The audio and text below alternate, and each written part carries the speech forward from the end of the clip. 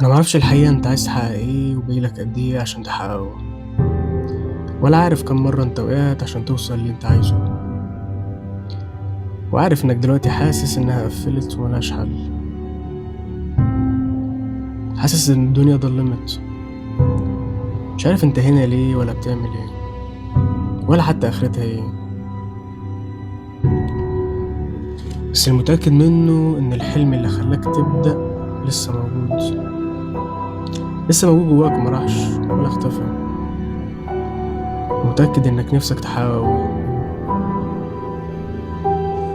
الفكرة كلّها إنك بس مش عارف الطريق، وعايز اللي يقول لك عليه. عايز اللي ياخدك من إيدك كده ويسندك ويقول لك أنا جنبك مش هاسيبك، بس أنت عارف الحقيقة إن الشخص ده جنبك وعمره ما سابك، أصل هو هيسيبك إزاي؟ هو كان بيحلم معاك، عايش معاك، يفرح ويزعل ويبكي معاك، عمره ما سابك.